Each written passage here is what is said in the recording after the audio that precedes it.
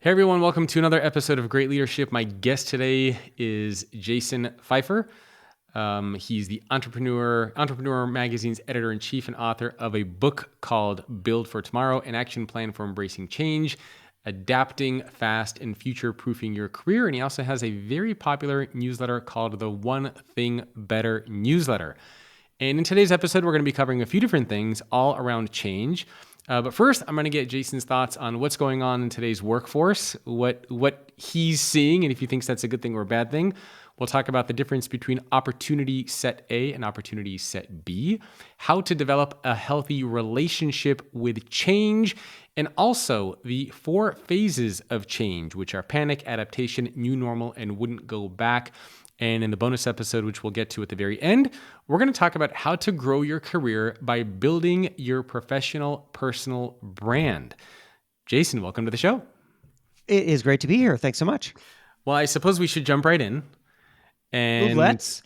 Although I have to say, can I just say, Jacob, the way that you start these episodes with that very tidy lineup of what's going to happen, a table of contents, is excellent. Because I believe, and we'll talk about content at the end here, but I really believe that people are always asking of themselves every time that they encounter anything, they're asking, is this for me or is this not for me? Yes. And like the role of anybody who is introducing themselves or trying to sell something or just capturing people's attention or trying to hold it for a second is to anticipate that question and answer it.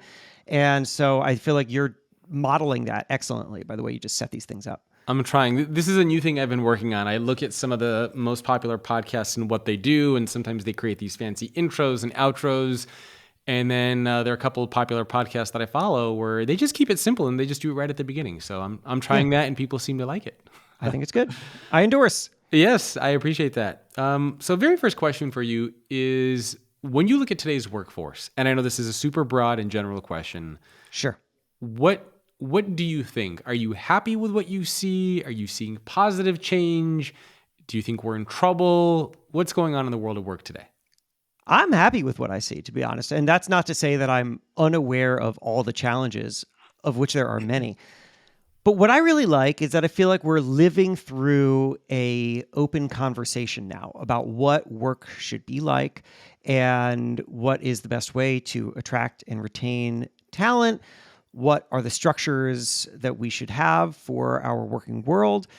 And those are not easy questions, and it's going to take a long time to grapple with them. And I would say that anybody who is predicting with confidence what will become of the future of work based on what they see now is lying to themselves and everybody else. Like, it's just not possible to know where things are going. And I'm not interested in anybody's prognostication about it. But what I love is that we are living out that question in real time. I'll give you an example. I talked to the head of people, or whatever her title was, at this tech company called Buffer, and they had moved to a 4-day work week. Yeah. And the team loves the 4-day work week. And one of the employees told the head of people, I would require $100,000 extra from another company in order to go back to a 5-day work week. But a year into the 4-day work week, people started complaining about something very interestingly. What they were complaining about was that they started to feel more disconnected from their colleagues. Mm-hmm. Why? Well, because how do you get to a 4-day work week? You start to take away all that social time. You start to decrease meetings, or you make them incredibly efficient. You stop the kind of water cooler Slack chatting. Yep. And you just make people work. And people like that for a while, but then they realize that they have no time to connect with their colleagues. Now, is that a reason to say this was a terrible mistake? We should not have gone to a 4-day work week because we are now fraying the very fabric that holds us together as a culture. No. Instead, there's another way of looking at it, which is, and this is a question I'm obsessed with, which is, instead of saying, is this perfect? We should say, is my new problem better than my old problem? Is my new problem better than my old problem? Let's track progress through problems.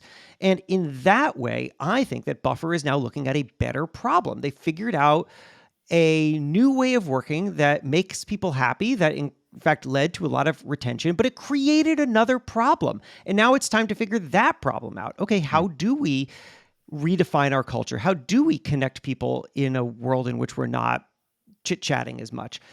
I think this is the opportunity of right now. This is what I love to see. It's these changes, is these confrontations with new problems that will ultimately be solved with even newer problems. And I think that's progress. I like your optimistic nature. I'm less liking what I see. I mean, some of the things that you mentioned, I think are great. Mm-hmm. Some of the things that I don't like and that I see, Sure. one of them is I feel like collectively in the workforce, we've lost the idea of what it means to work hard. I feel like, Okay, I'm going to challenge that, but keep going. yeah. So I feel, and again, it's not for everybody, Mm-hmm. but at least some of the trends that I'm seeing, whether you look at things like the Sunday scaries or the lazy girl jobs or the trend where people say that you have to ease into the work week, not work hard on Monday or Tuesday, put in a little bit of effort on Wednesday and ease out on Thursday and Friday. The fact that I see those types of things trending really, really bothers me. So from that perspective, I wrote an article about this a little while ago, kind of the whistle while you work mentality. Mm-hmm. The idea of being and actually wanting a challenge, wanting to work hard, wanting to accomplish more. I feel like a lot of that has been lacking. And this has been pretty consistent from a lot of the executives that I've interviewed on the show. Oftentimes when I turn off the camera and I say, do you feel like people even want to work anymore? And I think a lot of people say, well, we're getting worse service in a lot of the things that we're, whether you go to restaurants, whether you are interacting with a brand, it seems like collectively service has gone down. It seems like collectively a lot of people are wanting more, but they're wanting to put in less. And so, for example, you mentioned the 4-day work week. I think a mandated 4-day work week for any company where they tell their employees now working full time is going to be 32 hours instead of 40 is a death sentence for an established brand. I mean, obviously a buffer, if you're looking at tiny startups or whatever. I think if a company like Microsoft came in and said, hey, everybody, you only need to work 32 hours a week instead of 40, I think they would be toast. I think another company would come in and just obliterate them. Yeah. Well, I mean, and to be clear, keep going. I'm not going to hijack this, but just to be clear, I don't think that one company's solution is every company's solution. Yes, the thing that I find really interesting is the fracturing here of the idea of how we work so that multiple companies can figure out multiple ways. Yeah. So I love the innovation. And again, there's a lot of creativity. There's a lot of positivity. There's a lot of change that we're seeing. There's a lot of, things like ChatGPT and technology. Mm-hmm. My concern is that I feel like there's a lot of, for example, the outrage that a lot of employees had post-pandemic when their employers were saying, come back to the office. Mm-hmm. And the fact that employees were so outraged and saying, how dare you ask me to go back into the office that you're paying for while you're paying for my benefits and salary and compensation?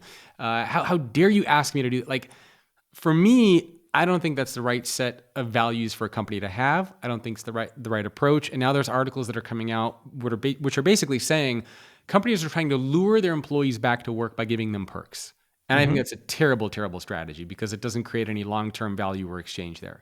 So there are some things that are good, but I think that during the pandemic, a lot of employees were grabbing as much as they could. And now post-pandemic, we're starting to see companies go through layoffs. We're going to see a little bit of a rebalancing. And so I don't know. I'm a little torn. I don't think we have that same level of work ethic that I remember seeing from my experiences and observations. But it seems like you disagree. Oh, yeah. Well, so are you familiar with Paul Ferry? He's a academic in some Toronto or some Canadian university. No. I'm going to write down. So Paul Ferry has a wonderful Twitter feed. How do you spell his last name? I think it's Feirie. Let me double check that. Okay. And I'll look it up, by the way. Yeah, and yeah, it is. It's Paul Feirie, and he's got a great Twitter feed at Paul Tsai, whatever, you can look it up. Okay. And so what he does is he goes through old newspapers and he finds patterns across time of people saying and complaining about the same thing. Yes. And he found he ran a thread. I don't know, this could have been 2 years ago at this point. It went super viral. And what it was like 150 years worth of people writing about how nobody wants to work anymore. Right. Yeah. Which is a version of exactly what you just repeated. Yes. And I saw that and was curious why. Why has that been a thing that we've been saying over and over again? It seems pointing out that it's said over and over again is not by itself some kind of invalidator of however we're feeling for right now, but it certainly is an indication that something recurring happens that leads us to feel like nobody wants to work anymore. And what is that thing? So I called a historian of work to ask him, and I showed this historian, whose name I'm blanking on, but I'll go look it up. I showed him all of these clips that Paul Ferry had posted, and I said, what was happening at this time? What was happening at this time? What was happening at this time?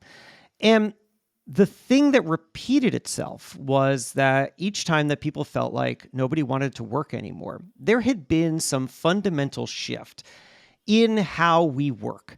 And as a result, a couple things happened. Either, number one, work started to look different. So, for example, a lot of people were saying nobody wants to work anymore at the dawn of the computer age, when an older generation had a vision of what work looked like that did not match what a new generation of workers were actually doing. So an older generation was looking at a new generation just sitting at their computers and saying, well, that's not work. Nobody wants to work anymore. But no, actually, you can work pretty damn hard sitting at a computer all day. It just looks different. And so number one is the problem is that we're not recognizing work. But number two is that sometimes what happens is that there's a shift in the dynamics of the employee-employer relationship. So, for example, as the country became more specialized and people started moving from rural areas to cities, and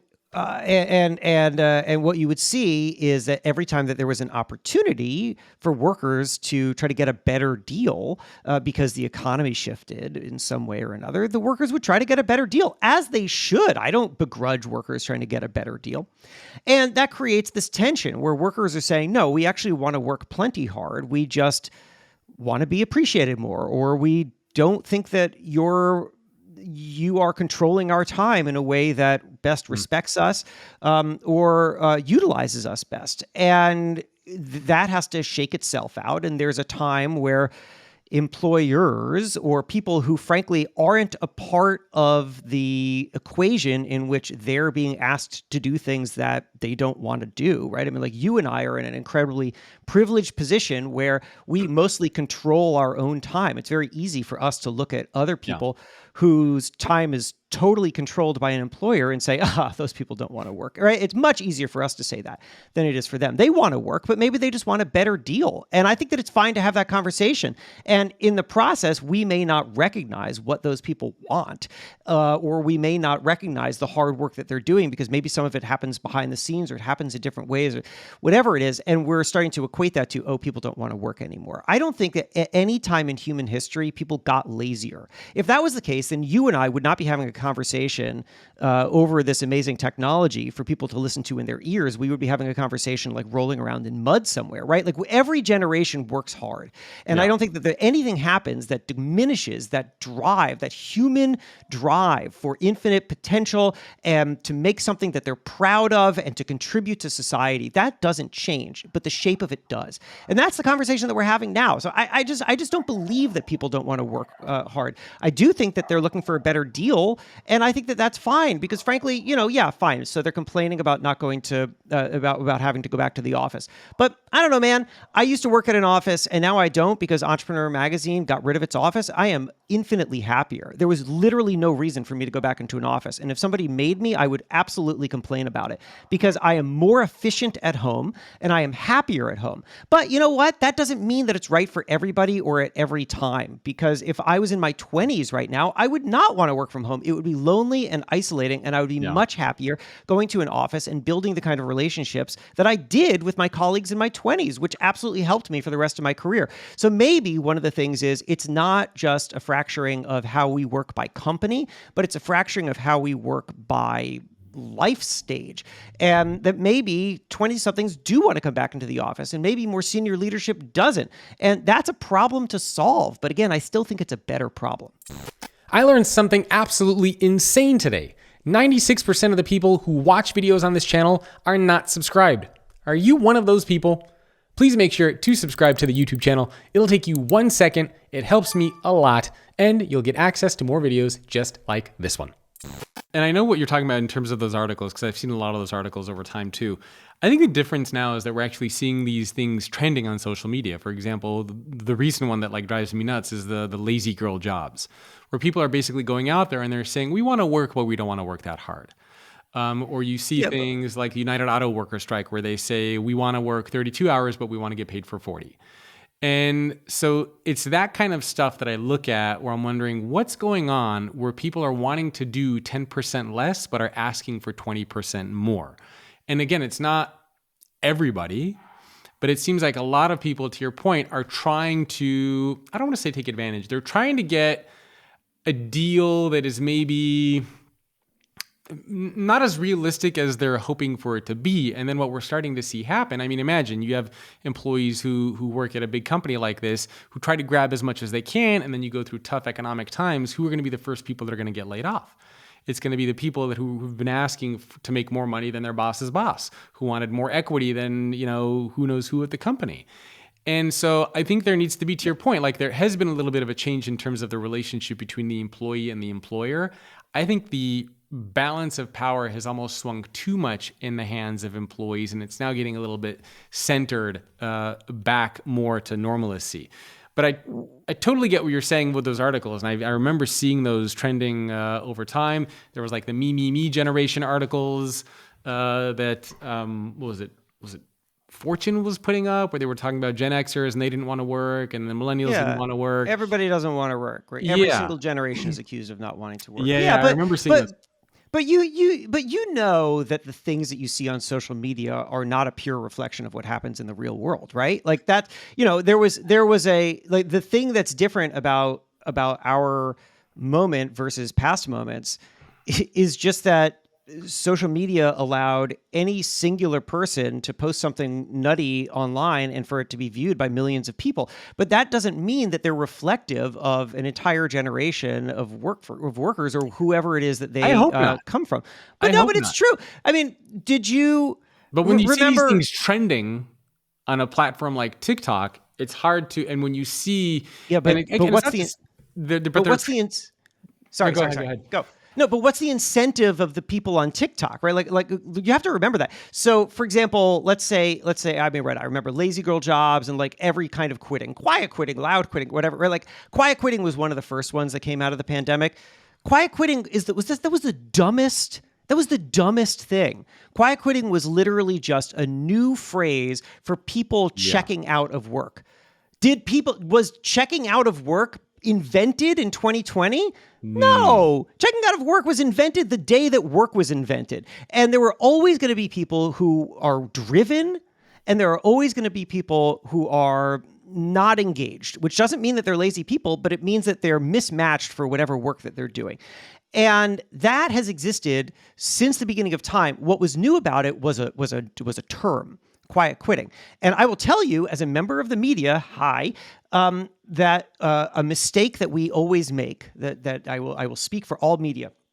I've spent my entire career working in national media.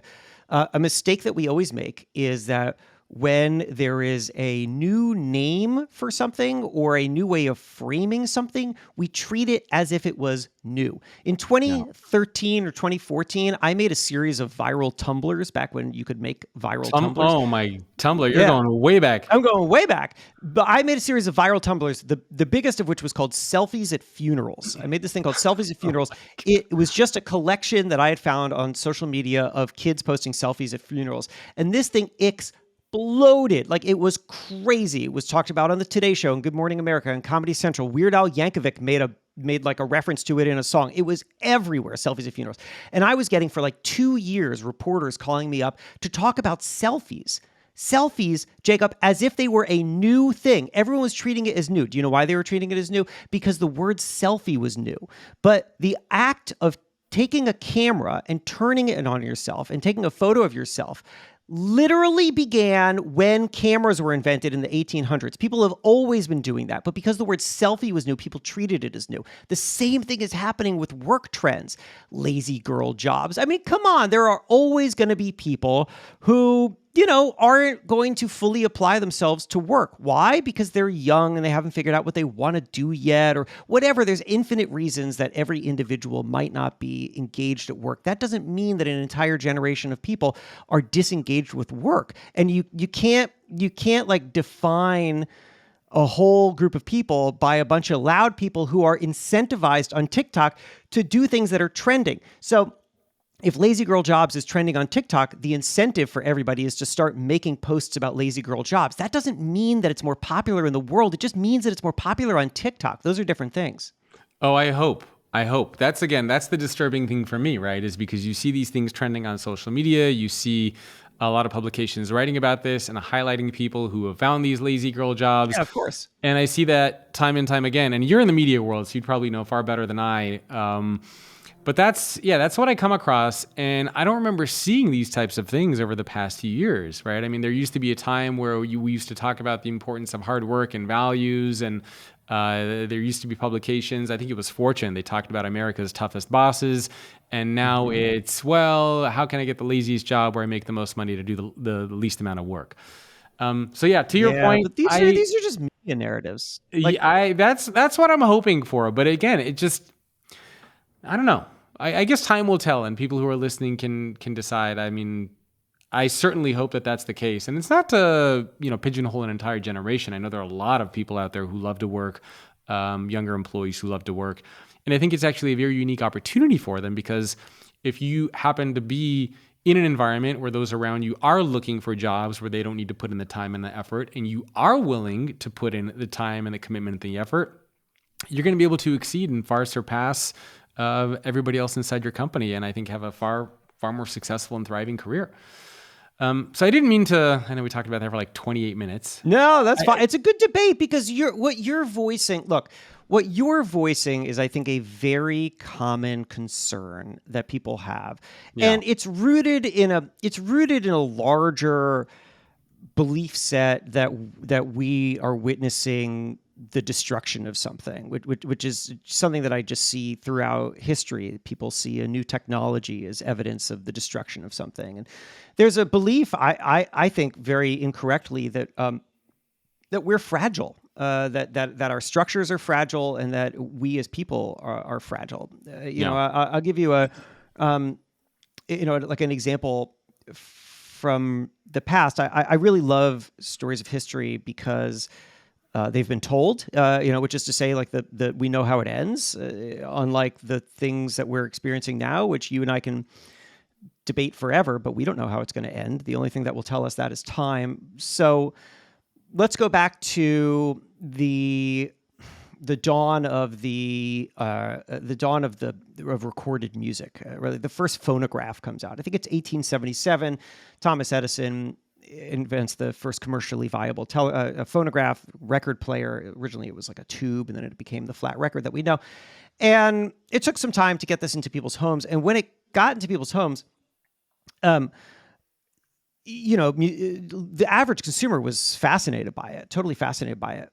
The average musician was terrified because, of course, they saw that this technology was going to radically alter the landscape of work for them. And there were all these really interesting predictions about what was going to happen as a result of this. John Philip Sousa, the famous composer, he wrote all the military marches that you still know today. Da, da, da, da, da, da, da, da. So John Philip Sousa. Yep. So John Philip Sousa, he wrote this great piece. It's totally worth a read. It's called The Menace of Mechanical Music, and it ran in something called Appleton's Magazine. I think it was 1906. And some of his claims, he said that because we had recorded music in the home, people would not be interested in learning instruments anymore. Because, why would you learn an instrument when you now had a machine that could just play the music for you? Which I map, I think, pretty one-to-one onto, now that we have these new technologies or these new whatever, people don't want to work as hard. But, actually, the exact opposite happened. Once people had access to recorded music, instrument sales skyrocketed because people heard the music and they were more inspired to try to create it themselves. Also, he said that once you bring recorded music into the home, people will no longer perform live in the home. There will be no Yeah. live performances. And because of that, mothers will no longer sing to their children because, why would they do that when a machine could sing to their children? And because of that, children usually grow up to imitate their mothers. Now they'll grow up and imitate the machines, and therefore we'll raise a generation of machine babies. Like, this was an actual concern from actual people. And, that obviously is not what happened. We didn't raise a generation of machine babies. Instead, what we did is we started to integrate our human and our technological experiences. We took the old and the new, and we did the best of both. I mean, I play Spotify for my kids at night, and I also have sung them lullabies, even though I'm not very good at it. And John Philip Sousa, meanwhile, eventually realized that recorded music wasn't a limitation to his economic opportunity. It was the growth of his economic opportunity. He was able to reach people in ways that he never could. And because previous to that, everything had to be live, so he could only reach people by means of travel, which means that he was very limited in how many people he could reach. But now he could record his music, and it could be everywhere all at once, and he could make infinitely more money. He could scale his business. Anyway, the reason that I'm telling you all this is because what John Philip Sousa was worried about fundamentally was a shift in how we create and consume that was going to radically alter the basics of what we do, which in his case was listen to and perform music and connect over music. Listening to and performing and connecting over music was alive and well. It was healthy, and it remains so. We now have shifts in how we work. We have new technologies that enable us to be in touch with our colleagues without having to be in the same physical space. We have increased efficiencies with new technologies. And we have changing economic times, right? Where you're right that there's a push and pull between who has more power in a relationship. Is it the employee or the employer? But, that's been true since the very beginning of markets, because there's always been times in which it was either a tight labor market and it was hard to find good talent, or it was a tight job market and there was an overflow of talent. And when that changes, the balance changes, and one side is going to have more leverage than the other. It happens in the housing market. But that doesn't mean that there's a fundamental breaking of this relationship that we have, where we're going to bring together employees and employers, and we're going to create a unified vision of what it means to build a company and to create value for others. And some people are going to be along for that mission, and some people are not. And there are going to be gradients of how experienced and excited people are going to be. And that's not now. That's all the time.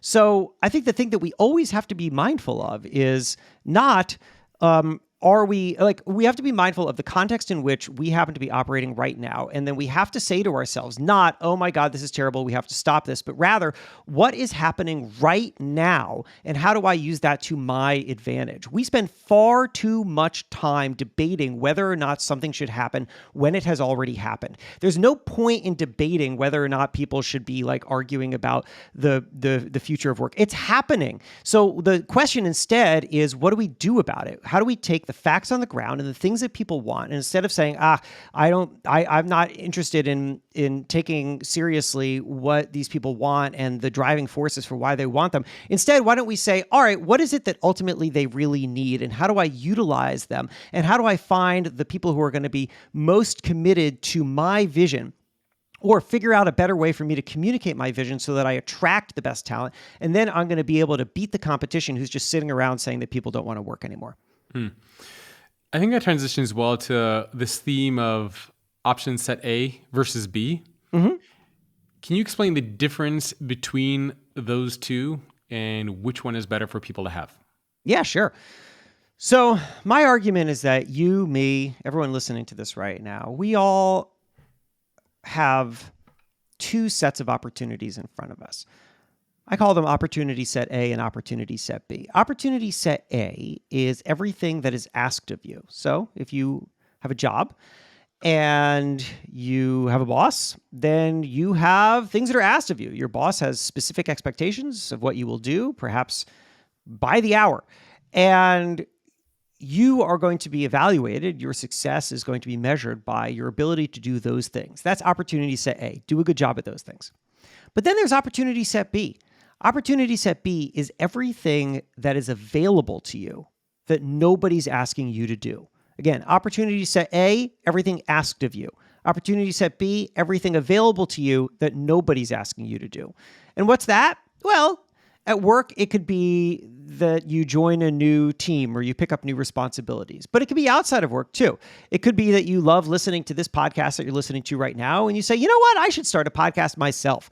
And it also could be taking classes on something. It could be exploring new opportunities. It could be partnering with a friend to build something on the side. Whatever it is, my argument to you is that opportunity set B is more important, infinitely more important than opportunity set A. That is not to say opportunity set A is unimportant. You have to do a good job at the things that are required of you at work, or you will not have a job anymore and you need the money. But if you only focus on the things that you already do, then you will only ever be qualified to do the things that you already do. Whereas opportunity set B is where growth happens. Yeah. And my argument to everybody, and this is how I have built my own career, is that at every moment, you should be stepping back and saying, what are the opportunities that I can create for myself? What new things can I add to my abilities or my interests that will open future doors?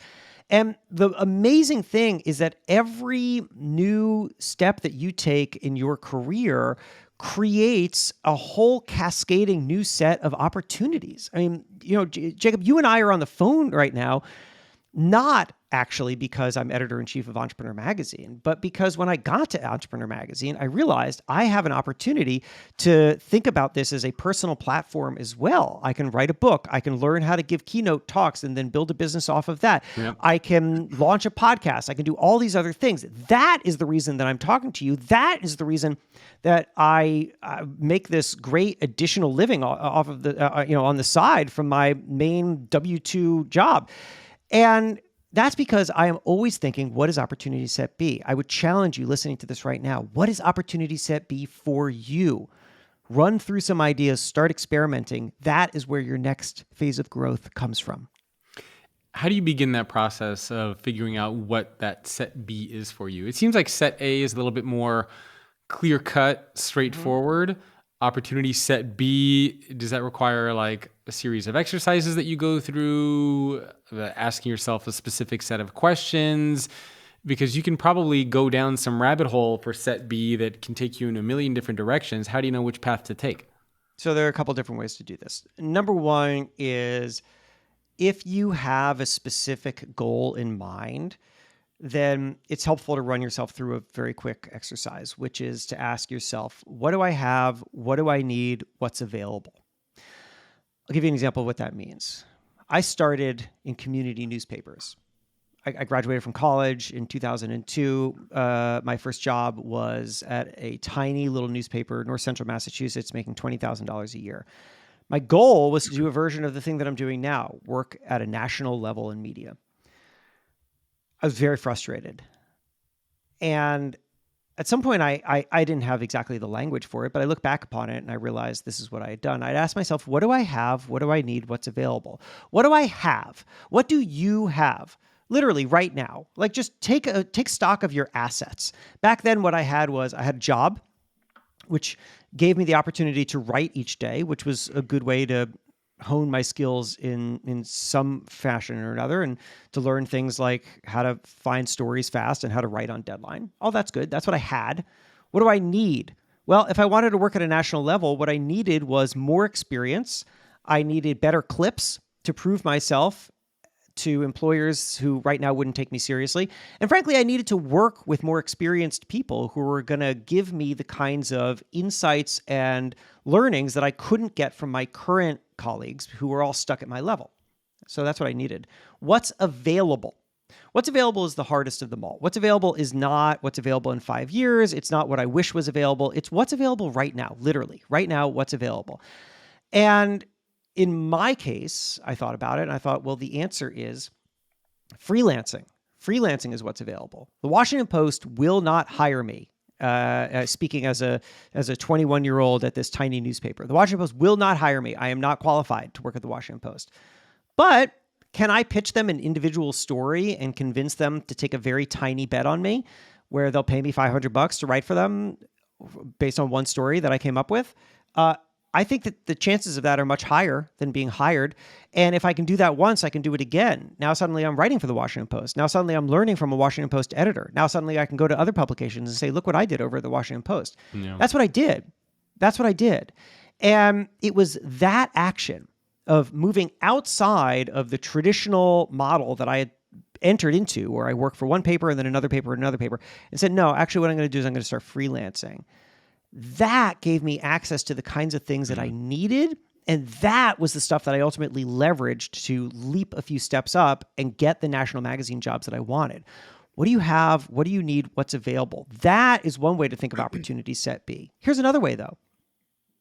Don't think about it in terms of what your ultimate goal is, because maybe you don't know, and that's fine.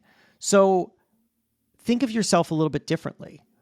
What's at your core? What's the thing that you care the most about?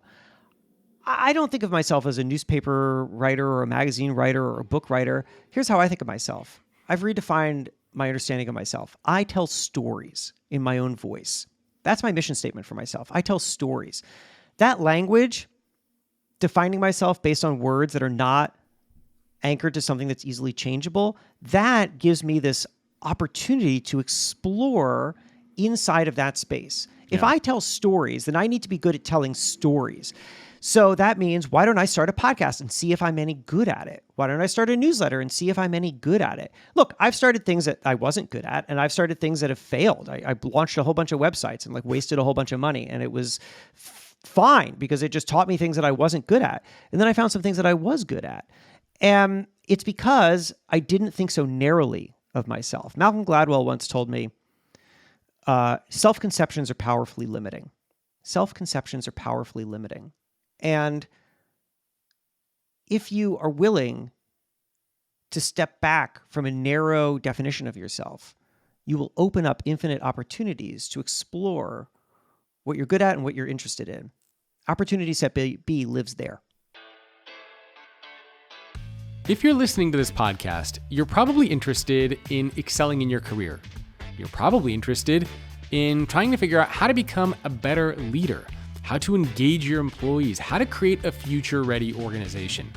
Now, this podcast might get you some of the way there, but if you're interested in stepping up your game even further, then I invite you to head over to greatleadership.substack.com. Join the community of tens of thousands of people from around the world who are getting weekly insights, CEO interviews, in-depth articles that I write, bonus leadership hacks from best-selling authors and CEOs around the world. All of this content is available at greatleadership.substack.com. Well, we only have a couple minutes left before we jump to the bonus episode section. So maybe we could quickly just talk about these 4 parts of having a healthy relationship with change: panic, adaptation, new normal, and wouldn't go back. I don't know if there's a way you're able to summarize each one in a minute or two before we get into the bonus section there, but why don't we start with that? And I love these 4 phases. Let's begin with panic, first of all. Mm-hmm. And so what is that stage? I think we've all been there. I think it's pretty self-explanatory. But why is that? Why is that a part of the process? So it's a part of the process because it's a natural part of the process. Here's the thing. When change comes, we often equate change with loss. Yeah. Right? We think, and this frankly is, I think, at the heart of the earlier part of our conversation. Change has come, in this case, to how we work. And our immediate way of thinking about it is, what have we lost? We look at what we used to have, what was familiar to us. We say we no longer have access to it. That feels like loss. That's why we say, oh, nobody wants to work anymore, because we feel like we've lost something. But at our job, it could be that we went through a reorg, and now the way in which you once saw yourself as valuable inside of an organization has changed, and you experience that as loss because you don't know where the next value comes from. And this is natural. We, as humans, are programmed, as decades of psychological research have confirmed, for what's called loss aversion theory. Yeah. We are programmed to protect against loss more than we are to seek gain. And as a result of that, when something new happens, we see loss and then we extrapolate it. Oh, I lost that, which means that I'm going to lose this other thing, which means that I'm going to lose this other thing. Suddenly, the entire foundation underneath us disappears.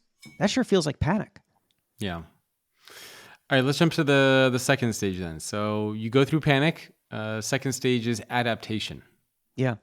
So look, you can't panic forever, or maybe some people can. You can if you try hard. Can. You can. If you try hard. I mean, I think that's basically how people get elected to Congress, is that they just they devote themselves to panic. But I think that you can start to look around, and you naturally will, and you'll start to see, well, what new things do I have to work with? What new opportunities are there? What new tools are there? What can I start to explore? You start to experiment. One of the most valuable things anyone ever told me, and it came from Katie Milkman, who is a professor of Wharton who studies how people make decisions. She told me I had her on the podcast as well many years ago. Oh, is that right? Oh, yeah. Yeah, She's yeah, great. yeah. She's great. So she said one of the most important things that we can do is just treat everything that we do as an experiment. And the reason for that, simple as it sounds, is because when you treat something new that you're doing as an experiment, you, number one, relieve the pressure for it to succeed. Because, you think about an experiment, the point of an experiment is not to succeed. The point of an experiment is to learn. Anything that happens in an experiment is good. And also, you can start to create some windows through which you're going to try something. So, okay, something in your career is changing and you're not sure what to do. Why don't you pick an idea and run it for 3 months and see what happens? And possibly it's going to work. Possibly it's going to not work. Possibly it's going to inform the next thing that you do. You can enter into an experiment with some kind of kill criteria. In 3 months, I should be doing this or getting this or having seen this. And if not, then I think it's going to be time to move on. Then you can measure your success against your expectations. When we do this, we start to orient ourselves towards what's possible coming next. And that's how we adapt. And then the last two, new normal and won't go back. Yeah. So new normal is really once our adaptation starts to work, once we find something that starts to click, once we find something that's newly comfortable, once we feel like we have some foundation underneath us, that's when we reach that new stage of new normal. And it's really a setup for what has to come next and what I want you to be mindful of, which is wouldn't go back. That moment where you say, I have something so new and valuable that I wouldn't want to go back to a time before I had it. What I have found is that oftentimes after going through the process of change, that people end up with this new understanding of the filter that they use to evaluate opportunities and good decisions. We all have some filter that we have built. And, you probably couldn't define it. You couldn't tell me what's in your kind of mental algorithm, but you have some way of evaluating, is this a good idea? Is this a bad idea? Is this for me? Is this not for me? Are the good ideas inside this box and the bad ideas outside this box? But here's the problem. When we do that, and it's natural, we can't explore every single possible opportunity in front of us. We don't have the time of the day. But our filters are wrong. Our filters are bad. Our filters are always going to leave outside really good ideas. Sometimes when I talk to entrepreneurs and leaders and people who have made changes in their career, oftentimes when they reach wouldn't go back, it's not because they had some brand new crazy idea that had never been heard of before. It's because they engaged with an idea that they had refused to engage with before. It's the woman who runs a wig shop who used to think that appointment only way of, she used to think the only way to run this store was to have people walk in through the door. And then she moved to appointment only because of the pandemic. And she discovered that actually her core customer was far happier making an appointment because her core customer, who was somebody who was shopping for personal reasons, usually health or religious, actually hated the experience of walking through the door of a wig shop and being surrounded by a bunch of randos who had walked in off the street who were just curious about wigs but weren't going to buy wigs, right? Like this woman, and this is a real example. Her name is Lena, from Lena's Wigs in Baltimore. She reached a wouldn't go back moment by doing the thing that she thought was going to be bad for her business. She thought appointment-only viewing was going to be too much friction for her customer. As it turns out, appointment-only viewing was exactly what her customer wanted. She didn't know until she was forced by change to explore ideas that she had once thought impossible, but turned out to be exactly the opportunity that she needed. We should always be pushing ourselves to engage with the things that we think are impossible, to engage with the ideas that we think are too complicated or too convoluted, because sometimes those are exactly the things that actually open the next phase of our opportunity. I love that. Well, I think that's a perfect way to wrap up this section. And so we'll jump to the bonus episode where we're going to talk about how to grow your career by building your professional personal brand. Before we jump into that, I'll also invite people. They can email me, jacob@thefutureorganization.com. And I'm very curious to hear what you think. Do people want to work? Am I being the curmudgeonly old man, which is kind of scary to think that that might be the case? Or do people agree with that? And do they think that we are seeing a changing nature in terms of wanting to work or not? And I suppose kind of one more difference between just like social media trends. I'm also looking in terms of, money that we pumped into the economy with different stimulus packages, with COVID payments, with just so many different programs that we've instituted that, I don't know, it just feels like a lot of people are more comfortable trying to do less and kind of get money that might be offered to them. There was actually a Wall Street Journal article that came out that said a lot of companies are now hiring older workers instead of younger workers because they want people who are willing to work hard. And again, not sure it's a whole generation, but I think there is a subset of that generation that is growing up and is being raised on social media that's seeing a lot of this stuff that maybe we're changing the perceptions for a lot of younger people out there in terms of what they should be expecting, what they should be thinking about. Like when I see that stuff, I wonder, why don't we have something trending on social media that says the hardworking job or the going above and beyond job? Why do we see so much of the stuff trending on social media that seems to be going towards that opposite direction?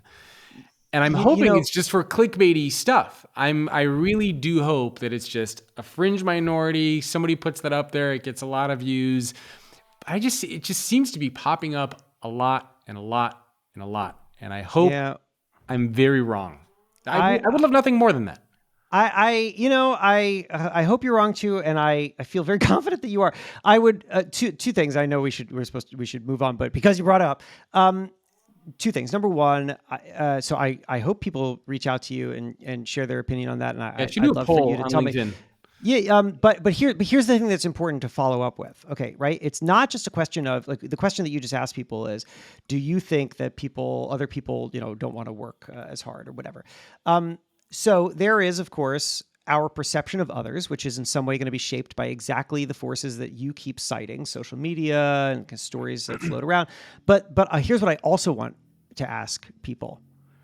Do you think that you still want to work as hard or harder? Like, has your personal dedication to work changed?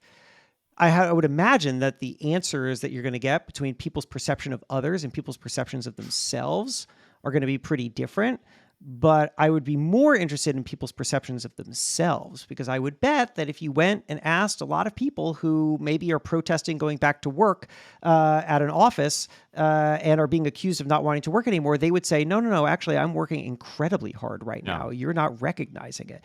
So I think that's an important thing to remember. And whatever, I had some other point, but I forgot it. So it's like a lot of people think they're better drivers than they really are too, right? And I think that if you ask people, are you still working hard? I think a lot of people will still say yes. But I'm trying to, and it's hard to find data on this. Like right, I remember. Yeah. I'm trying to find data that goes the opposite, right? So I'm constantly looking for, is there data that shows that employees do want to work as hard? Like I think it was Pew. I'd have to double check. I think it was Pew where they look at values over time, at least in the United States. And they look at things like religion. They look at things like family. They look at a couple different things.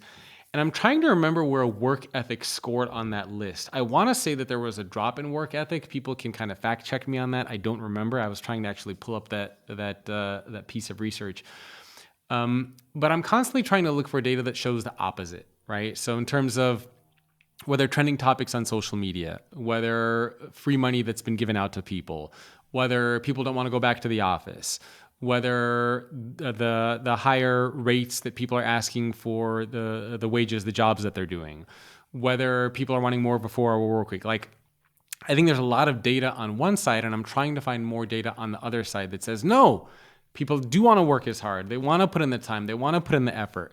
But constantly when I look at whether you look at disengagement rates inside of organizations, whether you look at how often people are quitting, whether you look at the trends in terms of how many working hours we're putting in, I think we're seeing a decline there too. Like, it's just hard to make, at least for me, the case for the opposite. And again, I really hope I'm wrong. And I would love for people to send me data and research that shows that I'm wrong, or if I'm right, hey, you know what? That's even better. Send me the examples that show that I'm right. But I'd be very curious to hear what people think. And you had another couple points you wanted to make. Oh yeah, well yeah. So I there was one thing I was trying to remember what you had prompted me to think about, which was a number of years ago I interviewed a guy. God, I can't remember where he's from, but he was an academic in London somewhere who studies generations and how like generational identities are formed and how we are to understand generations. And he made this really valuable point that oftentimes we think of generations as these lump sum experiences that everyone who was born during a certain time thinks a certain way, but actually what we're witnessing is a combination of factors. And one of the most important to always remember is that sometimes what you're looking at is not a generation that reflects changing social norms, but rather what you're looking at is just a repetitive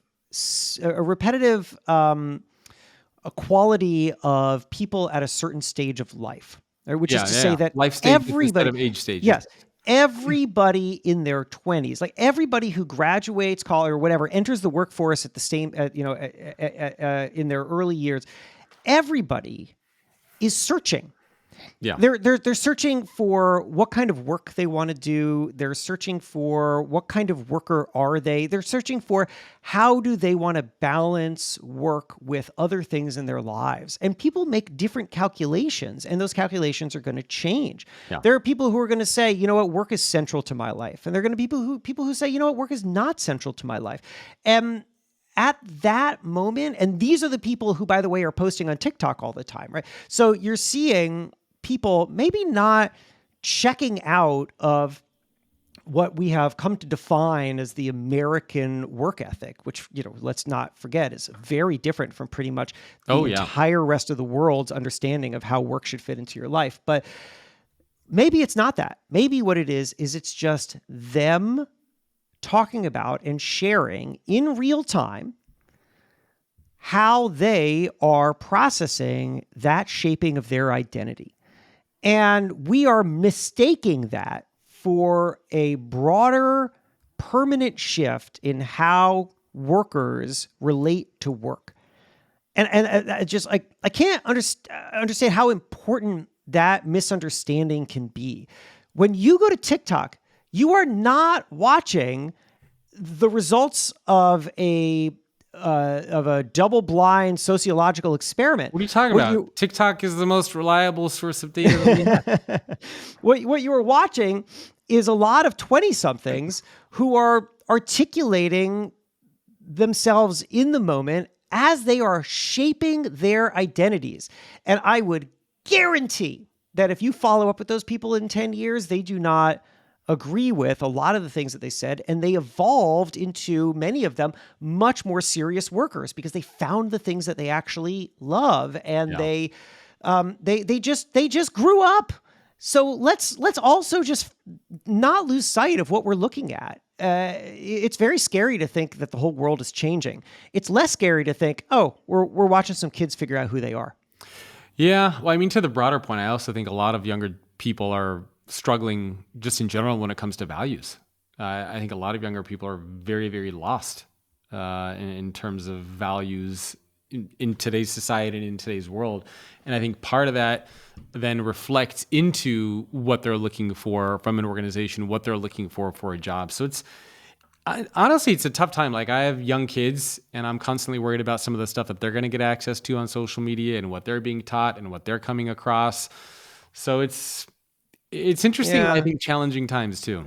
I mean, I don't know. I have a 4 and an 8-year-old. I don't worry about that stuff as much because I also think that what you just articulated is an echo of things that have been articulated for hundreds of years. Our young people today are lost. They have changing moral standards, right? I mean, there was like a whole national moral crisis over. Yeah, but I think social media made a huge difference. I think social media made a huge difference. I mean, to the point, I think a lot of even institutions, right? There's bills and proposals now to kind of ban it if you're under 16 or 18. Some states want to ban. Like, it's so much debate on social media and the impact that the phone has on kids, and it's crazy times. Yeah. I mean, don't forget that when the phone was introduced, there was widespread worry that nobody would see each other in person anymore. Yeah, I remember that. I remember that as well. Just the idea would be like, why would you see anybody in person, right? Like, there's a lot of fear, and look, I guess we'll see, but I am not compelled very much by beliefs that just because something is new, that it is bad and damaging. I think we also forget our own ability to adapt to things. Yeah. Right. We learn. It takes time. We do things sloppily when we're given new technologies. Did you know that, like, when you pick up the phone and you say hello, that was an instructed behavior? That didn't make sense to people when the phone was first introduced to them. Like there had to be instruction manuals that went out that said, here is phone etiquette. Here's what you do. When you pick up the phone and you say hello, right? Like we didn't just naturally do that. And you're seeing that already, right? One generation, there's been one native generation of social media users right now. And already the way in which they're using social media has radically changed. They're no longer broadcasting themselves in quite the same way. And for that reason, things like Facebook and Instagram are starting to take a back seat to more one-to-one communication tools. Yep. Because the next generation saw what the previous generation of kids did and said, oh, that doesn't really appeal to me. Right? We're not static. We're not static figures that just get impacted upon by new technologies. We create the new technologies, and then our behaviors on the technologies and our reactions to other people's behaviors on the technologies shape the next technologies too. So let's spend a little less time worrying about how everything is being destroyed and spend a little more time thinking about how we can build great things. I like it. And speaking of content, we wanted to talk a couple of minutes about how to grow your career by building your professional, personal brand. This has been a huge thing for me. It's been a game changer for me on social media. But for a lot of people who have a full-time job, they might be thinking, well, I don't need to create content. I don't need to post. I don't need to use social media. Why is it also relevant for people who have full-time jobs to still create their professional, personal brands? Alrighty, everybody, my conversation with Jason Feifer continues, where we are going to talk about how to grow your career by building your professional, personal brand.